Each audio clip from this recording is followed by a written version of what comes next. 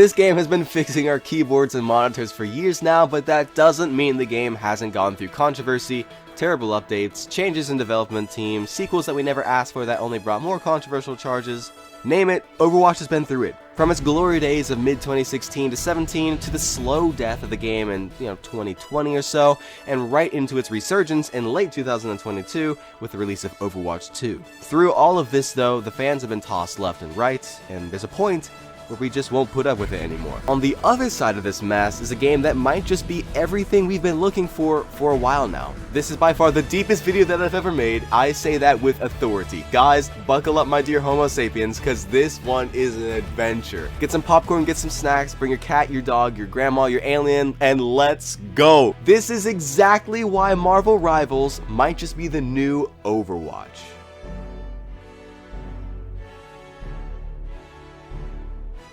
A player on the 1999 game EverQuest joined the Legacy of Steel guild under the username Tigole Bitties, or Bitties, something like that. He proved to know pretty much everything there was to learn about EverQuest and even have some, solid ideas on map designs and so forth. So much so as to get the attention of the guild leader, Rob Pardo, who just so happened to be the lead designer for the Blizzard game Warcraft 3, which was still in the making at the time. Long story short, our good friend Tigole Bitties, who you might know as Jeff Kaplan, got a job that he would hold very dearly until April 20th, 2021, where something very interesting happens. Remember that date. From 2002 all the way up until 2016, he was the designer for several Blizzard games such as, World of Warcraft The Burning Crusades, World of Warcraft The Lich King, and Titan. While Titan was cancelled before it could get released, most of the ideas, concepts, and characters were used in Jeff Kaplan's next game, which he took the lead on as lead designer and game director, which also just so happened to be a little game named Overwatch. Heard of it? Oh yeah. The success behind Overwatch can be led to many different causes, but I believe it's the imagination behind it. While the abilities and game modes, might be very, very, very similar to TF2, it's the imagination and everything that gives it a little life that, other games similar to it just don't have. The most popular FPSs at the time of Overwatch's release were pretty much either, an older game that's still popular, or another installment in an already established series. Battlefield and Doom, I'm looking at you guys. And then you have a bright and unique looking game like Overwatch. It simply stands out. Nevertheless, Overwatch built up a pretty decent fan base for itself not long after its release, with Jeff Kaplan in the lead.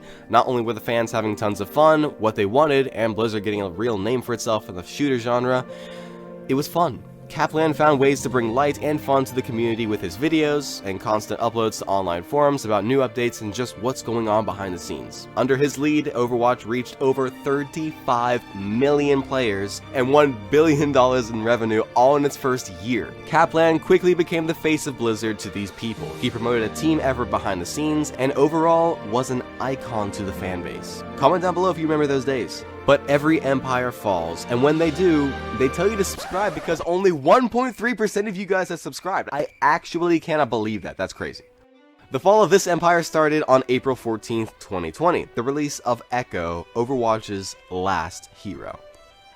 With new maps, new skins, battle passes, buffs, nerfs, and everything in the game, it was the new heroes that brought the most life to the game. They kept people playing. With the sudden dropout in major content that Echo brought, a lot of people struggled with why they should keep playing. The videos and posts from Kaplan also started to slow down at this time.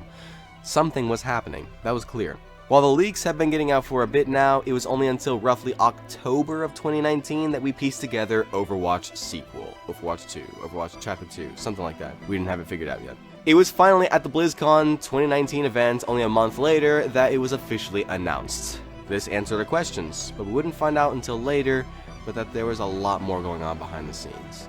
Something a little darker too.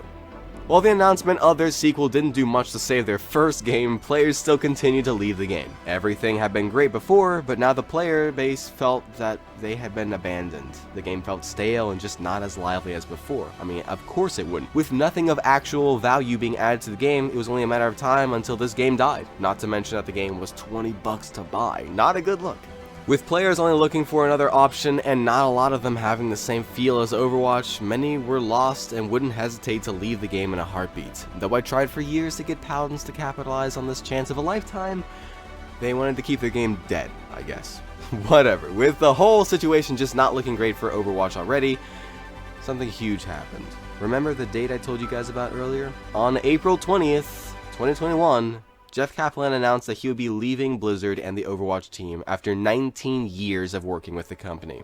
This was a shock. Where would the new Overwatch sequel go without the face of Blizzard leading the game to greatness? And more importantly, why did he leave?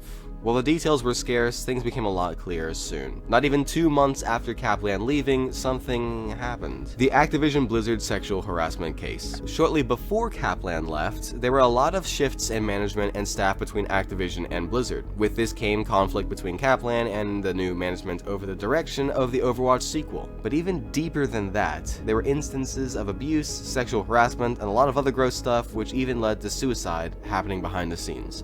While we still don't know exact reasons for his leaving the company, it's very possible that he saw the world around him changing into something a lot different. He saw the new direction they wanted to take Overwatch, the game he had spent years building up. He saw the changes in staff and the results of it all.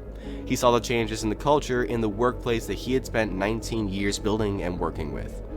A nightmare any long-term employee fears. So he left. In his place was Keller, who immediately announced several huge changes to the sequel coming soon, which also wasn't true because the game was rescheduled multiple times, but hey. The change from 6v6 to 5v5 was huge. Again, another amazing feature of Overwatch was the fact that 6v6 was rare. Not a lot of other games out there had 6 players on each team, and now all that was gone. This also increased the load on the tank players' back. Now that each team doesn't have another tank to fall back on in case things go haywire, there was more pressure on the tank player and more time for each team to reset if their tank dies. It was a different game before the game was even released, and not a game we asked for, especially when it meant killing the first game to make this. Nevertheless, the community pretty much unanimously hated Keller. He simply wasn't Jeff Kaplan. Over time and more reschedules, more terrible changes were announced. The excitement for this game was dying before the game was even out. Finally, on October 4th, 2022, it was officially released as free-to-play. This was a big move. This meant that anybody could try the game out there, except for a guy named Play Great Games who still had a terrible laptop as his only hope of playing the game. And that hope was soon met with facts, and that equals sad. With people simply being excited for the first new thing coming to Overwatch for the last several years, it was flooded with players. It was free. Who wouldn't play it? Well, apparently nobody could. The servers were terrible on the first day. Opening up the game and giving the people the first impression of bad servers was an awesome move. Later on, it was fixed, but it still set a bad feeling going forward. After its release, Overwatch 2 has gotten several new characters, new maps, updates, and everything else. It only took the killing of our first OW to get it, as they shut down the servers before they released the sequel. What honestly was a heartbreaking moment, watching the game we've all spent years building so many memories in being taken away and laid down, only for us to be given something very different. Was it worth it? Was it all worth losing Jeff Kaplan? Was it all worth years of slowly killing OW? Was it all worth making the fanbase hate the game and community? Was it all worth everything that happened behind the scenes? That's up to you. While Overwatch 2's impressive player counts can be credited to its free-to-play accessibility, that doesn't mean that work wasn't put into this game. But was it worth all that? On another side of the story, something very interesting is happening. With a specialized team set in Seattle, NetEase is leading the way in developing Marvel Rivals. That's right, this game isn't even out yet. There was an alpha testing from May 10th to the 20th, but other than that, it's still being worked on. But the impact of this game during those 10 days is legendary. It was colorful, bright, crazy fun with abilities flying here, there, voice lines, and dozens of our favorite Marvel superheroes. This was a dream come true, and Overwatch players noticed it too. In fact, Tigole, a member of the Dallas Fuel, one of the esports teams for Overwatch 2, played the game and had something to say about what he found in the contract given to content creators to play the alpha version of the game. There was a tiny section of it where they said the content creators given this contract can't say anything negative about the game. The heck?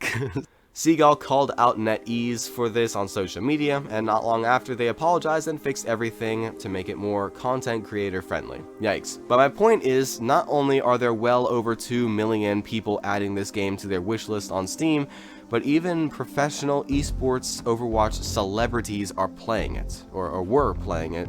You know, the alpha version isn't available now.